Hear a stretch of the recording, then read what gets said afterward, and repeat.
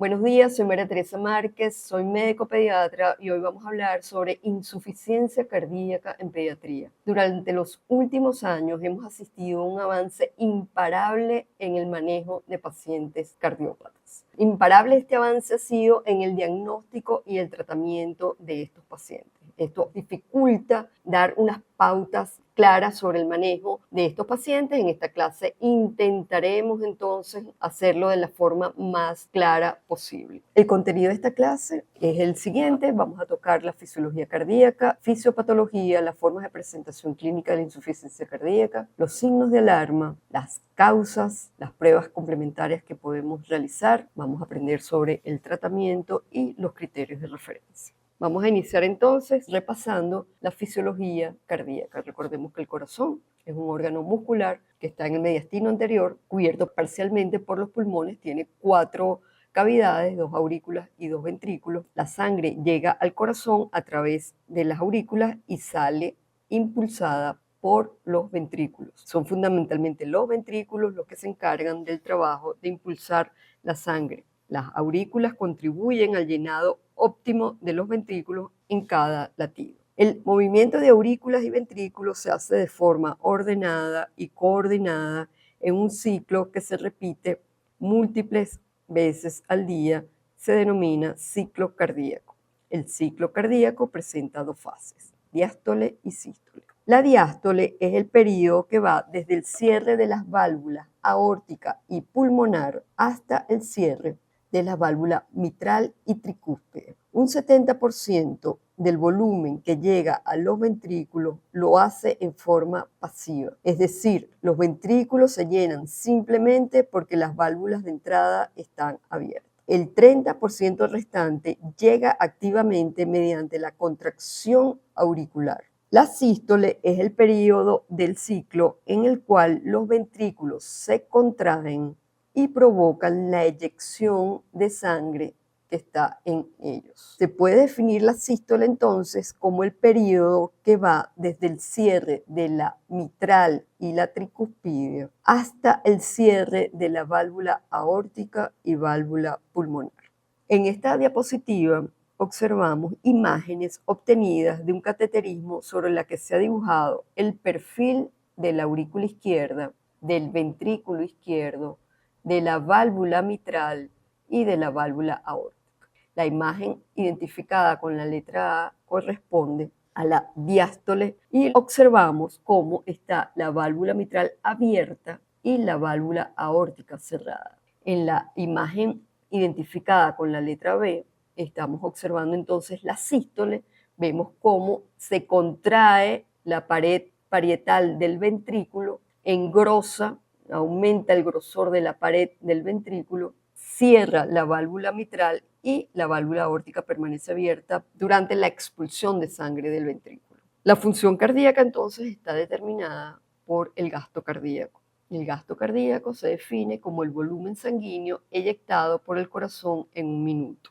El gasto cardíaco entonces es el producto de la frecuencia cardíaca por el volumen sistólico. En pediatría, el primer mecanismo compensatorio para aumentar el aporte de oxígeno a los tejidos es el incremento de la frecuencia cardíaca y tiene una importancia mayor cuanto más pequeñito es el niño. En los lactantes, el gasto cardíaco depende fundamentalmente de la frecuencia cardíaca. Las variables que afectan el volumen sistólico son precarga, poscarga y función contráctil. La inestabilidad hemodinámica y la insuficiencia cardíaca son 2 causas muy frecuentes de ingreso a las unidades de cuidados intensivos. Por este motivo, el estudio de los determinantes de la función cardiovascular, fundamentalmente las condiciones de carga, precarga y poscarga, y de la contractilidad, adquieren importancia crucial para poder tomar decisiones diagnósticas y terapéuticas que ayuden a mejorar el pronóstico de los pacientes. Vamos a hablar un poco sobre precarga. La precarga es la estimación del volumen ventricular telediastólico, es decir, el volumen al final de la diástole, y depende del estiramiento del músculo cardíaco previo a la contracción. La precarga es proporcional al volumen diastólico final. A mayor volumen diastólico final, mayor será la fuerza que desarrollará el corazón en la siguiente contracción. La precarga puede verse alterada por el retorno venoso, es decir, si el retorno venoso disminuye, como en los casos de paciente hipovolémico, la precarga va a disminuir.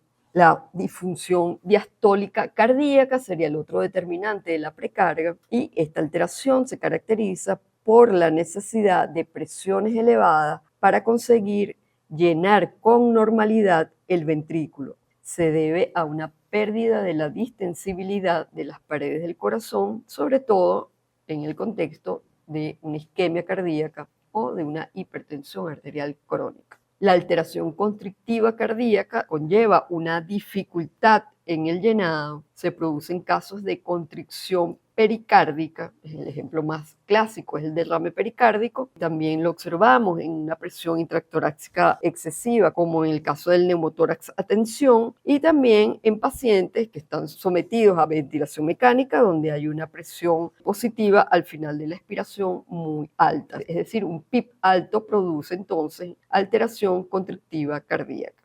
La ley de Frank-Starling, digamos, una precarga mayor en las fibras musculares cardíacas antes de la contracción aumenta la fuerza de contracción.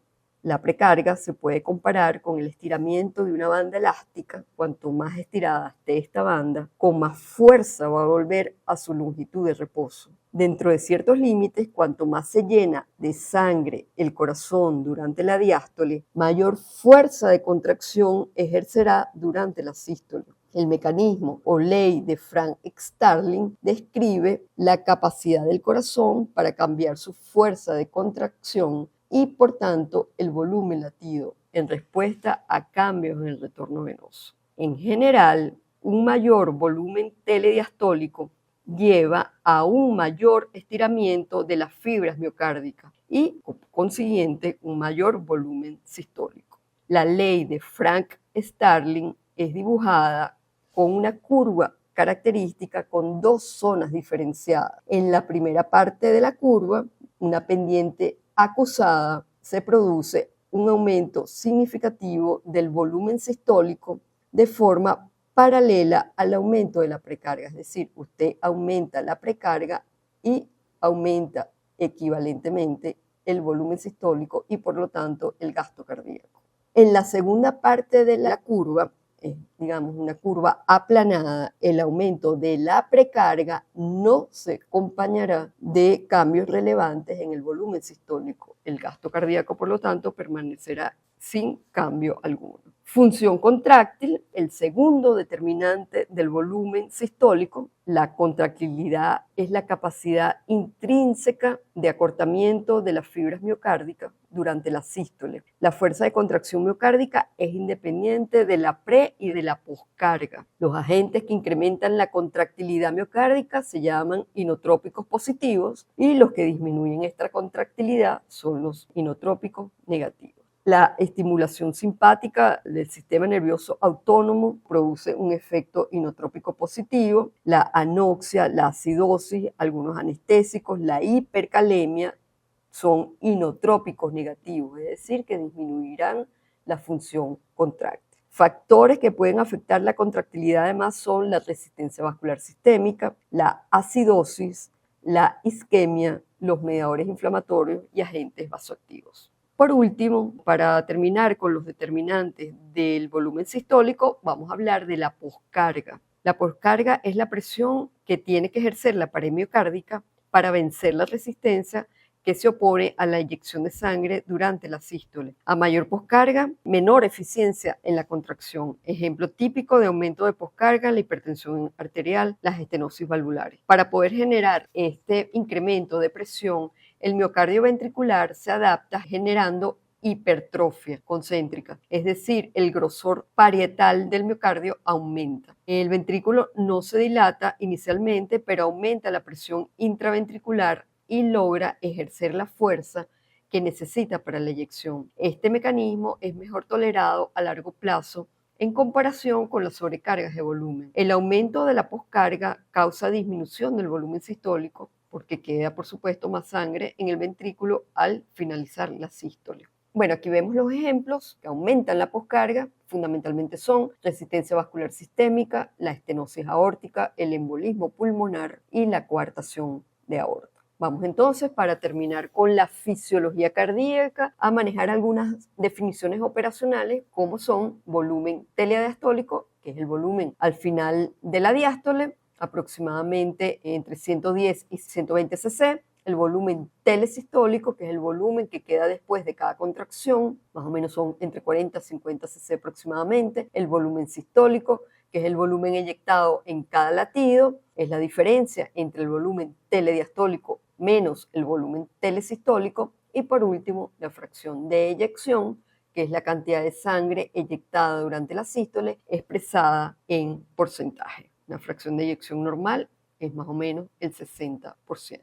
Entramos entonces con la definición operacional de insuficiencia cardíaca, y es el estado fisiopatológico en el cual el corazón es incapaz de mantener un gasto cardíaco suficiente para sostener las demandas metabólicas del organismo, que en el caso de los niños incluye el crecimiento y el desarrollo. En respuesta a esta falla, es decir, a la disminución del volumen sistólico y del gasto cardíaco, ocurre una respuesta neurohormonal fisiológica, la activación del sistema renina, angiotensina, aldosterona y la activación del sistema simpático. La activación del sistema renina, angiotensina, aldosterona comienza con el aumento de la secreción de renina en las células justaglomerulares de la arteriola aferente. En respuesta a diferentes estímulos, como son el descenso de la tensión arterial, de la perfusión renal o del volumen intravascular, se comienza la liberación de renina por parte de estas células endoteliales. La renina actúa sobre el angiotensinógeno, que es una proteína que produce el hígado, es una globulina hepática, y lo transforma en angiotensina 1, la cual será convertida a angiotensina 2 por una enzima convertidora que se produce en pulmón. La angiotensina 2 constituye el principal péptido del sistema renina-angiotensina. Estamos hablando que actualmente se conoce como una citoquina por el daño renal y el daño vascular que produce. Estimula este angiotensinógeno 2 la producción de aldosterona que se produce en la corteza suprarrenal, estimula la producción de aldosterona en la corteza suprarrenal, y esta aldosterona va a actuar sobre el túbulo distal, incrementando la reabsorción de sodio y potasio. Al reabsorber sodio se reabsorbe agua, tratando de sostener la precarga y el gasto cardíaco. El sistema renina-angiotensina entonces actúan sobre el sistema vascular periférico, produciendo vasoconstricción para elevar la presión sanguínea, asegurando la perfusión de órganos vitales, y posteriormente, cuando esto se prolonga en el tiempo, el estrés que se produce sobre las paredes del ventrículo y el proceso de remodelación ventricular van a conllevar a la producción de unas proteínas contráctiles que finalizan en cardiotoxicidad directa, y el paciente desemboca en la insuficiencia cardíaca. De 8 a 10 por cada 100.000 recién nacidos vivos presentan una cardiopatía congénita. La mitad aproximadamente presentará síntomas en el periodo neonatal. La insuficiencia cardíaca congestiva causa mucha confusión en los médicos porque su presentación clínica puede semejar patologías muy frecuentes en la infancia. Estamos hablando de resfriado común, de infecciones gastrointestinales, sepsis y alteraciones metabólicas e hidroelectrolíticas. ¿Cuáles son los signos de alarma que nos hacen sospechar de una insuficiencia cardíaca? Alteraciones de la frecuencia y del ritmo respiratorio, aumento de la frecuencia cardíaca, taquicardia, presencia de retracciones inter o subcostales, aleteo nasal, alteraciones en los pulsos periféricos, presencia de frémito precordial, siempre indica cardiopatía, y la presencia de soplos significativos en las primeras 24 horas, y un criterio para referir al paciente al especialista es la presencia de soplos durante el primer mes de vida. ¿Cuál es la presentación clínica típica de una insuficiencia cardíaca? Bueno, dificultad respiratoria, cansancio con las tomas, pérdida del apetito, abdomen distendido, aspecto de piel pálida y moteada, taquicardia, ritmo de galope, signos de dificultad respiratoria, presencia de sibilantes o crepitantes a la ocultación, hepatomegalia, edema y shock. Quiero hacer una aclaratoria que el edema se presenta en niños grandes. Estamos hablando de escolares y fundamentalmente por cardiopatías adquiridas. ¿Cuáles son los signos y síntomas sugestivos de insuficiencia cardíaca y cuál es la causa de estos signos y síntomas? Bueno, cuando se trata de una falla miocárdica, los síntomas fundamentalmente van a ser mala perfusión periférica, taquicardia basal, estamos hablando de más de 150 latidos en el lactante, más de 100 latidos en el niño más grandecito. Hablamos de ritmo de galope, encontramos sudoración y frialdad, pulsos débiles y rápidos, oliguria y dificultad para la alimentación. Cuando los signos y síntomas se deben a edema pulmonar, van a ser los siguientes: disnea, ortopnea, taquipnea, tos, sibilancias y crepitantes, cianosis e infecciones respiratorias frecuentes. Cuando los signos son por congestión venosa, lo que vamos a hallar es hepatomegalia, edemas periféricos, ascitis anasábica. Es importante recordarle a los oyentes que la insuficiencia cardíaca en niños, digamos que no la podemos definir como en adultos, insuficiencia cardíaca derecha, insuficiencia cardíaca izquierda. En pediatría la insuficiencia cardíaca es global y tiene, digamos, signos y síntomas de edema pulmonar y signos y síntomas de congestión venosa. Cuando las causas son por sobrecarga de presión, estamos hablando de cardiopatías que producen obstrucción del tracto de salida del ventrículo izquierdo. Estamos hablando de estenosis aórtica y coartación severa de la aorta. Causas de sobrecarga de volumen fundamentalmente son los cortocircuitos izquierda-derecha. Estamos hablando de comunicación interventricular, comunicación interauricular, persistencia de conducto arterioso. Un retorno venoso anómalo pulmonar es causa de sobrecarga de volumen, igual que las insuficiencias valvulares. La otra causa frecuente de insuficiencia cardíaca son las arritmias congénitas. Cardiopatías adquiridas, causas de insuficiencia cardíaca por cardiopatías adquiridas, siempre tener presente la miocarditis en lactantes y preescolares con antecedentes de una infección respiratoria alta, la enfermedad de Kawasaki, colagenopatías, las miocardiopatías, la anemia severa, los trastornos nutricionales quizás son las causas de miocardiopatías más frecuentes y las enfermedades del pericardio. También tenemos que tener presente fiebre reumática, cor pulmonar, endocarditis, arritmias e hipertensión. Causas endocrino-metabólicas que pueden producir una insuficiencia cardíaca, las alteraciones hidroelectrolíticas, las alteraciones metabólicas como hipoglicemia y hipotiroidismo, trastornos del calcio y del magnesio, errores congénitos del metabolismo y enfermedades del depósito. Otros son causas tóxicas. ¿Okay? Por grupo etario podemos clasificar la etiología. En recién nacidos las causas más frecuentes son las arritmias, las cardiopatías congénitas estructurales, o sea, malformaciones anatómicas, la disfunción miocárdica, por asfixia perinatal, por sepsis, por hipoglicemia, por miocarditis, malformaciones arteriovenosas, anemia grave. En los lactantes, lo más frecuente son las cardiopatías congénitas estructurales, las arritmias, podemos encontrar enfermedad de Kawasaki, infecciones respiratorias frecuentes, sepsis. Y ya en los niños más grandes y adolescentes, estamos hablando escolares y adolescentes, bueno, siempre sospechar que se trata de una cardiopatía adquirida. Las causas más comunes: fiebre reumática, las miocarditis virales, endocarditis bacteriana, en presencia de un paciente con fiebre y soplo, las pericarditis, las arritmias y específicamente pacientes con hipertensión, la causa más frecuente, glomerulonefritis postestreptocóxica y otras enfermedades neuromusculares. Algunos datos que pueden orientar al diagnóstico etiológico cuando hacemos la historia clínica del paciente, bueno, la presencia de amigdalitis, de soplo y de otros criterios de Jones, siempre sospechar de una fiebre reumática, de una carditis reumática. Cuando hay historia de infección respiratoria de las vías altas, sospechar de miocarditis, en presencia de fiebre, sospechar de endocarditis, sobre todo si el paciente presenta un soplo, o sepsis, palpitaciones, pensar en arritmias y en caso de dolor torácico, ruidos cardíacos hipofonéticos y roce pericárdico, pensar en pericarditis. De forma similar a la clasificación de la New York Heart Association para la valoración del grado de insuficiencia cardíaca en adultos, en pediatría existe también una clasificación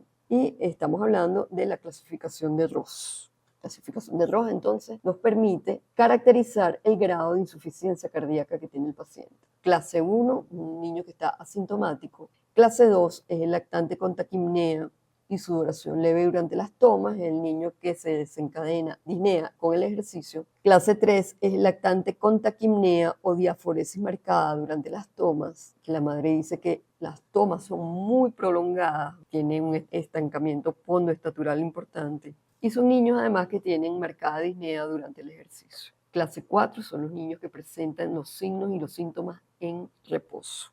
¿Cuáles son las pruebas complementarias que vamos a pedir? Bueno, una radiografía de tórax, siempre importante valorar la silueta cardíaca. La cardiomegalia es un hallazgo constante en insuficiencia cardíaca, tanto así que su ausencia nos hará dudar del diagnóstico de insuficiencia cardíaca. Recordar entonces cuál es el índice cardiotorácico normal de acuerdo a los grupos etarios, en neonatos 0.6, menor de 2 años 0.55, mayor de 2 años 0.50.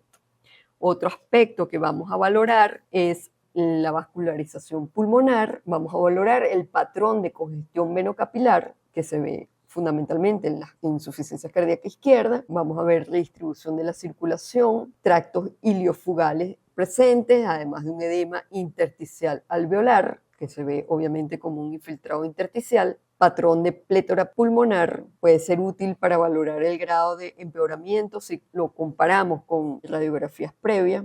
Y también la radiografía de tórax nos permite valorar la presencia de sobreinfecciones respiratorias. El electrocardiograma no confirma el diagnóstico de insuficiencia cardíaca ni es útil para cuantificar el grado de descompensación. O sea, no hay que salir corriendo a buscar el electrocardiograma porque no aporta mayor información. Es diagnóstico solo en arritmias, pericarditis o miocarditis. ¿Cuáles pruebas de laboratorio vamos a pedir? Bueno, siempre en la rutina de todo paciente, digamos que está hospitalizado, vamos a pedir una hematología, nos permite descartar anemia como causa de insuficiencia cardíaca y vamos a valorar si hay presencia de leucocitosis que nos hable de una infección intercurrente. Vamos a pedir electrolitos para descartar alteraciones, digamos, de los mismos que causen arritmias, sobre todo vigilar potasio y pacientes que están recibiendo diuréticos o digital. Vamos a hacer una gasometría, puede reportar una acidosis metabólica, obviamente por bajo gasto cardíaco, una insuficiencia respiratoria, siempre debemos valorar el grado de hipoxemia y de hipercapnia. En la química sanguínea vamos a pedir glicemia, función hepática y función renal. Vamos a pedir CK, CKMB y troponina en caso que estemos sospechando una miocarditis. Niveles de digoxina en pacientes que reciban este fármaco. Por último, es importante los niveles de péptido natriurético, que es una hormona secretada por el miocardio y que se eleva en pacientes con insuficiencia cardíaca. Su magnitud se correlaciona directamente con el grado de insuficiencia cardíaca e inversamente con la fracción de eyección. Mientras más alto es el péptido natriurético, la fracción de eyección será más baja y puede ayudar a la valoración de la descompensación en pacientes cardiópatas. El ecodoppler es una prueba fundamental, esto sí es realmente fundamental y proporciona una valoración anatómica y funcional del ventrículo, sobre todo la función ventricular. Nos aporta la fracción de eyección y nos ofrece diagnóstico de los defectos cardíacos congénitos. ¿Cuál va a ser el manejo de los pacientes que ingresemos con el diagnóstico de insuficiencia cardíaca? Bueno, el objetivo es la estabilización inicial y las medidas generales. El ambiente, un ambiente térmico adecuado al peso y a la edad, es decir, el paciente no puede estar hipotérmico y tampoco tener fiebre. La monitorización completa de las constantes, frecuencia cardíaca, respiratoria, tensión arterial y saturación de oxígeno. Vamos a pedir la hematología, la química del paciente, gases arteriales. Debemos asegurar la oxigenoterapia y la ventilación del paciente. Vamos a medir la diuresis, hacer diuresis horaria, hacer el balance hídrico por lo menos cada 4 horas y deberíamos hacer un control de peso diario. Las indicaciones entonces son hospitalizar, mantener una postura de 30 grados anti-Trendelenburg, mantener la normotermia, el paciente debería estar en dieta absoluta, Recordar siempre la oxigenoterapia, el inicio antibiótico precoz si estamos sospechando una sobreinfección bacteriana. El manejo de líquidos se hace con restricción hídrica entre el 70 al 80% de las necesidades basales. Importante corregir las alteraciones hidroelectrolíticas, estamos hablando de acidosis, hipocalemia. También vamos a corregir si se presenta hipoglicemia e hipocalcemia. El tratamiento farmacológico, bueno, lo que vamos a iniciar entonces con diuréticos de asa, fundamentalmente furosemida, a una dosis de 0,5 a 1 miligramo kilodosis. Esto puede ir aumentando 2 a 3 miligramos, 4 miligramos, en función de la dosis respuesta. Digamos, la indicación puede ser cada 6, cada 8, cada 12 horas, dependiendo del caso, siempre por vía intravenosa. Si el paciente está en una insuficiencia cardíaca, la vía a cumplir este tratamiento debe ser por vía intravenosa. La furosemida primero actúa en la porción ascendente del asa de Henle, actúa bloqueando este cotransportador de sodio, potasio y cloro. La acción diurética entonces resulta de la inhibición de la reabsorción de sodio. Queda sodio en la luz, produciendo un efecto osmótico, atrayendo agua y aumentando la diuresis. El problema es que puede haber también aumento en la excreción de los iones calcio y magnesio. La excreción de calcio y magnesio también resulta afectada. Es el diurético de elección. En el fallo cardíaco agudo, el nivel de evidencia para este medicamento es nivel de evidencia C y puede producir entonces, como ya hablamos, hipopotasemia, hiponatremia y alcalosis hipoclorémica. Los fármacos inotrópicos en el tratamiento de una insuficiencia cardíaca grave, generalmente es necesario el uso inicial de inotrópicos potentes como dopamina o dobutamina en infusión continua, y el digital, según la Sociedad Internacional de Trasplante de Corazón y Pulmón, recomienda el uso de digoxina para la ICC pediátrica como nivel de evidencia C. Realmente el digital queda para casos de insuficiencia cardíaca severa. La digoxina aumenta la contractilidad del miocardio por acción directa, digamos un cardiotónico digitálico de estrecho margen terapéutico, y obliga a individualizar la dosis y a monitorizar los niveles plasmáticos. El digitálico tiene un efecto inotrópico positivo, aumenta la fuerza contráctil del corazón, mejora el vaciado ventricular, reduce la presión de llenado, reduce el tamaño de las cavidades cardíacas y aumenta el gasto cardíaco. Tiene un efecto cronotrópico negativo, disminuyendo la frecuencia cardíaca y permitiendo el aumento del volumen diastólico final. Su mecanismo de acción es la capacidad que tiene para inhibir la subunidad alfa de la bomba sodio-potasio ATPasa. Tienen la bomba sodio-potasio ATPasa, la digoxina la bloquea. Esta inhibición promueve el intercambio de sodio por calcio. Aumenta entonces el calcio intracelular y aumenta la fuerza de contracción del ventrículo. La digoxina además posee efectos importantes sobre el sistema parasimpático, principalmente sobre el nódulo auriculoventricular, y por eso es que ejerce como cronotrópico negativo. En los pacientes con función sistólica reducida, la digoxina mejora la fracción de eyección y reduce la presión del capilar pulmonar. Tiene un efecto inhibidor también sobre el sistema simpático.